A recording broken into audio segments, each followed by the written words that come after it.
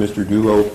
Kevin Smith on behalf of Mr. Dulos, Your And Honor. Judge, we have Rich Rockland here who's assisting on bond-related issues, and with your permission, Patrick Nugent, a young intern, will stand before the bar and get his feet wet at the law. Good morning, counsel. Good morning, sir. Yes. First time here, Your Honor.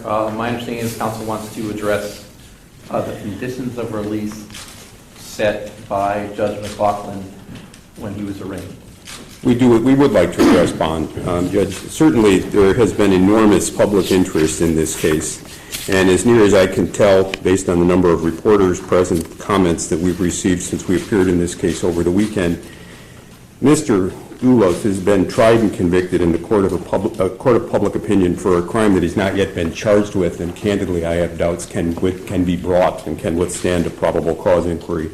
Indeed, from my perspective, it's somewhat surprising he's here at all.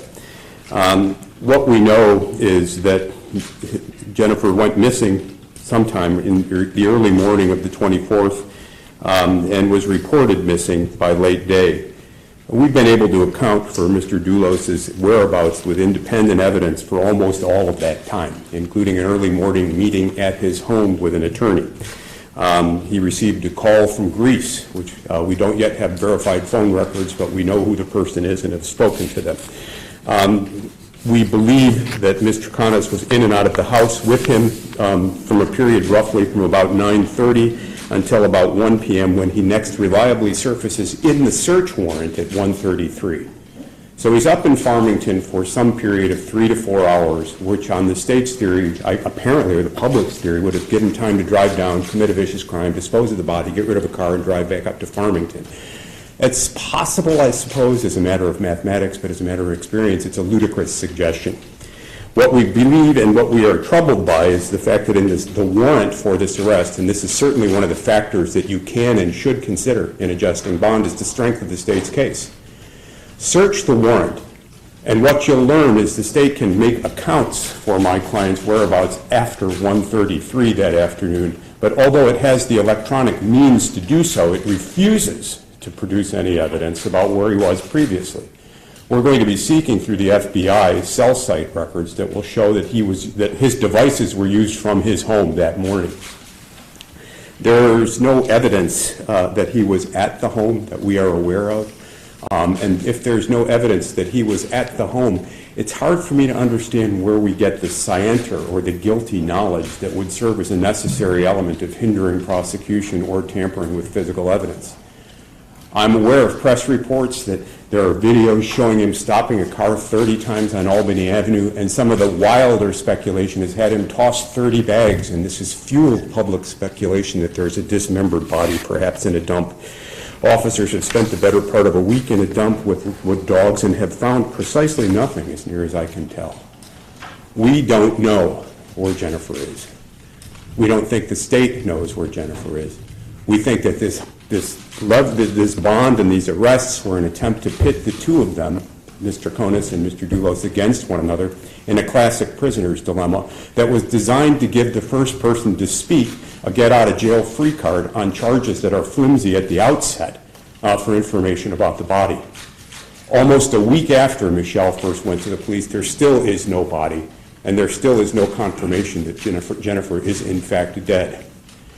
There is a contested family matter, and what was learned in that, Mr. Dulos would have had no motive. The custody battle was turning in his way. The court had made adverse findings about his soon-to-be ex-wife. The court, and among those findings were conclusions about her stability and her mental health that we will not put on the record at this time, but simply say that we are aware of those. And it is an open question in our mind where she is. But perhaps the most troubling thing of all is we believe the state has illegally seized and illegally possesses evidence that is necessary to the defense. Mr. Fotis appeared at a local police department in New Canaan on the 25th, and an officer asked for his telephone. He was accompanied by counsel at that point, a lawyer named Yakov, I'm not sure I'm going to pronounce it correctly, Petranker. When the officer took the phone and Petranker asked why he wanted it, the officer wouldn't say. And we've got an affidavit from Petranker that when he asked for the phone back, the officer refused and said, "You're not going to get it back." That's not a seizure, that's a theft. And we want the phone back. So from our perspective, there are real and substantial questions about the strength of the state's case. Obviously, there's enormous public interest in the case. My client is an established businessman. The press has combed through his financial affairs to report that he's got some difficulties financially. He's in real estate. That happens. The markets come and go. We can make a modest bond, but we were asking for the court to reduce that bond on the theory that he is not a flight risk. As your officer, I will take possession of any and all passports and not direct them, return them to anyone without your express permission.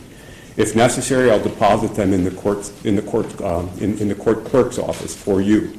But we're asking for a bond of $100,000. He is not a flight risk. There is no evidence that he is, although there is enormous speculation. And you don't have to look any further than this courtroom right now. I mean, I suspect if you did a straw poll of these journalists, and I'm walking into court, where's the body? Where's the body? There is no body that we're aware of. And I'm sick and tired of hearing about it. My client is entitled to the presumption of innocence. We want to cash that commitment that our republic affords people in today. And we want him with us to prepare a defense. Because in part, we have got 2 or 3 hours of time where we think the digital record will confirm us. We don't have access to Michelle right now. Her lawyer won't speak to me about what she said to Mr. Colangelo. I doubt Mr. Colangelo will share what she said to them under the law enforcement privilege. So how long is my client going to sit in a jail cell, unable to assist in his defense on the basis of speculation fanned in large part by hysteria? We want him at our side as we prepare a defense. As yet, there is no charge of murder. I doubt there can be one based on the evidence that I'm aware of. There may never be one. We're asking for a bond of $100,000. Counsel highlighted a lot of the warrant that brought his client here. The one paragraph he didn't hit on, and I wonder why, is that, we found Jennifer's blood on the items that the defendant was depositing in those cans, confirmed by DNA by the state lab. I'm actually glad counsel brought up the bond today, Your Honor, because I was going to ask that you increase his bond based on new information. And as you know, this is a fluid investigation. The state police and New Canaan police are working on this 24/7, and they have been since the day that Jennifer disappeared. A new bit of information that I received, Your Honor, that I would ask you to increase the defendant's bond is that we are able to, the lab was able to confirm that the defendant's DNA was found in a mixture on the faucet inside of Jennifer's kitchen, in the house where she went missing from. So mixture, defendant's DNA, victim's blood on the faucet in her kitchen. He was present at the home with his children for dinner days earlier. It's hardly surprising that there'd be trace DNA. I want to interrupt counsel you through. I wasn't, but if you want to speak, I'll stop. Fine. I'd rather address the court and we'll take it that way. So what else was I? Thank you. Counsel is right, Your Honor. He was there the Wednesday before she went missing in the backyard, never in the kitchen area or not inside the house. We have several witnesses that indicate that he told them that he was never inside the house, that he was actually worried about his DNA possibly being in there because a hair could have fallen off on one of the children. So those are comments that he made to people that we've actually interviewed in this investigation. So DNA in the mixture with her blood on in her kitchen. I would ask that you increase the bond to $850,000. Thank you. And Judge, here's the difficulty in the case, the impossible difficulty. You're aware of the corpus delicti. You're aware of the corpus delicti rule, and you're aware of statements against penal interest and their limited use in a case of a nobody potential believed and suspected homicide. It's one thing, I don't know who these people are that Mr. Colangelo spoke to. I hope it's not the children. I certainly am not going to be able to get access to them. I don't know who he said he was worried about a hair being in the house. These things are not admissible statements. But even if he said it, who is the first suspect anytime a spouse is murdered when there's a contested custody going on? The police always look at the spouse. So that's where it would begin, and anybody who wouldn't worry about it when they were at the home and would obviously have that concern. We think that bond is being used in this case not to secure the safety of the community or to assure the presence of Mr. Dulos at trial, but as an investigative device. And that's the very thing this republic was founded on, and that's why we have a Bill of Rights. The state has overreached in this case, and they can put all the pressure they want on Mr. Dulos. When he enters that not guilty plea in a few moments, it'll be because he is not guilty. I want him at my side to prepare this defense because he's defending himself now apparently not just against the state of Connecticut, but against every reporter with 2 nickels and the time to come into this courthouse and pay for the gas to get here. And that's just wrong. Well, I respect the presumption of innocence. It's also undisputed that persons accused of crimes have a constitutional right to bail, and the determination of what constitutes an appropriate pretrial bond is within the sound discretion of the court. And the statute, which is 5464A, requires me to look at certain factors when setting both financial and non-financial conditions of release. And I have to consider not only the nature and circumstances of the crime, but what conditions will reasonably assure the defendant's future appearance. I must also ensure that the safety of another person will not be endangered by the defendant's release from custody. The court did set the bond on the warrant at $500,000 with certain non-financial conditions. So the record should show the defendant is not being denied bail, but rather he may be unable to post the bail that the court set. So respectfully, that's not the same thing. The defendant, having been charged with certain crimes, is afforded the opportunity for release pending trial that's required under our Constitution. Although counsel argues the amount of bail is excessive, it's well established that a reasonable bail is not necessarily an amount that the defendant has within his financial means to raise, but rather it's an amount that is reasonable under all of the circumstances. So while it's true the defendant has no prior record, in light of the serious allegations in the warrant and the safety of Jennifer Dulos, the court is going to deny the state's motion to increase the bond, but I also am going to deny the defense motion to lower that bond. So the bond will remain as set. If there are further charges brought in this case, we'll address the bond at that time, but the court is going to take this in increments, and that is the ruling of the court. On that incremental ruling, Judge, may I be heard? My understanding, and I wasn't here last time, and I'm sure I'll be corrected if I'm wrong, is that it was to be posted bond at the court only? Am I correct about that? He'd have to be fitted with a GPS bracelet, not leave the state of Connecticut without permission, surrender his passport to the custody of the clerk of the court. We are prepared to make bond today, and I am asking you to issue the following order. That Kevin Smith and I take possession of a 401k held for Mr. Dulos' benefit from a company called Fidelity, and that we take possession of that as security. Our bondsman has asked us to ask this of the court, and that it not be released except to any person, Mr. Dulos or any person, without an order of the court.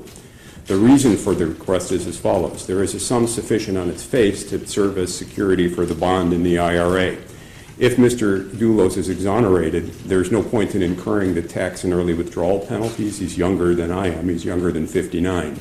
If he absconds, there will be a sum and there will be tax consequences and penalties, and our bondsman is prepared to take the cash we have to tender and that instrument as security for the bond. So we're asking you to issue the following order, that any IRA or any 401k held on Mr. Dulos' behalf by Fidelity be given to Mr. Smith and I to hold as officers of the court, and that the proceeds of that are not to be disturbed, touched, moved, or in any way directed to anyone else without further direction or order of the court, with notice to the state before any intention to do so. Counsel? I don't know anything about the IRA, Your Honor. I don't know how much is there. It's a very unusual request. The court normally, when it sets bonds, leaves the amount of surety, whether it's real estate, financial, or other promissory notes. I don't normally get into that level of detail that you're asking me to do. I know, but we want to provide the state with assurances, A, that they've got the wrong guy and he's going to be here, and B, we want to provide you with assurances that and our bondsman with assurances that in the event that there is an adverse consequence, the bondsman's and state's interests are protected. If you don't want to issue that order, that's fine, we'll deal with the bondsman, but he asked me to make the request. I understand why he's making the request, but the court declines the opportunity. I don't want to set a precedent where we micromanage a defendant's finances to post bond. So the bond is $500,000 cash or surety with the non-financial conditions. The defendant, if he has the means and he has a bondsman available, may post that bond from the courthouse here today as long as he's fitted with the bracelet and is prepared to surrender his passports, and also don't leave the state of Connecticut without the express prior permission of the court. Is Do it you so I- understand those conditions, sir? I do. All right, thank you. I want to make sure you're on passports. I don't know if he has more than one. I want to make sure that we're getting all of the. I will take possession of any passports and we'll. Well, you want to turn it over to the clerk. You want to know the clerk? Would you please? Yes, I Yeah. have no problem if you act as the intermediary. Okay. And Judge, one final issue. You received court communication from prior counsel dated on or about June 7th. Yes. Relating to staleness of potential search warrants. It's my understanding from Mr. Colangelo that while those warrants are now stale, they are no longer being acted upon, and if there's going to be subsequent searches, there'll be new warrants. That's correct, Your Honor. Thank you. Noted. Thank you, sir. Very good. All right, by agreement with counsel, this matter is continued for further proceedings to August 2nd, 2019 at 10 a.m. Oh, yeah, Judge, not guilty and jury election. So noted. And I know there are speedy trial requirements in the court, but is there any chance we can bring this case to trial next month? We're ready. Well, I thought you needed some significant discovery before that. I'll get it beforehand, but Mr. Dulos is tired of sitting back and hearing people pick apart his motives. We're ready for trial. Well, I'm not going to grant an oral motion for speedy trial under these circumstances because, as you well know, he's not statutorily entitled to it yet. But if he is eligible, I assure you the court will accommodate that request. Our argument would be as follows, that justice is always tempered with equity, and under certain extraordinary circumstances, his remaining behind bars will undermine the presumption of innocence in any jury pool, and we don't want to do a change of venue. We're prepared to try it here, but we're concerned that as this event cascades and more people become interested, he'll lose the right to a fair trial. So we will file something asking for an August trial date. Noted. This court stands adjourned. All right.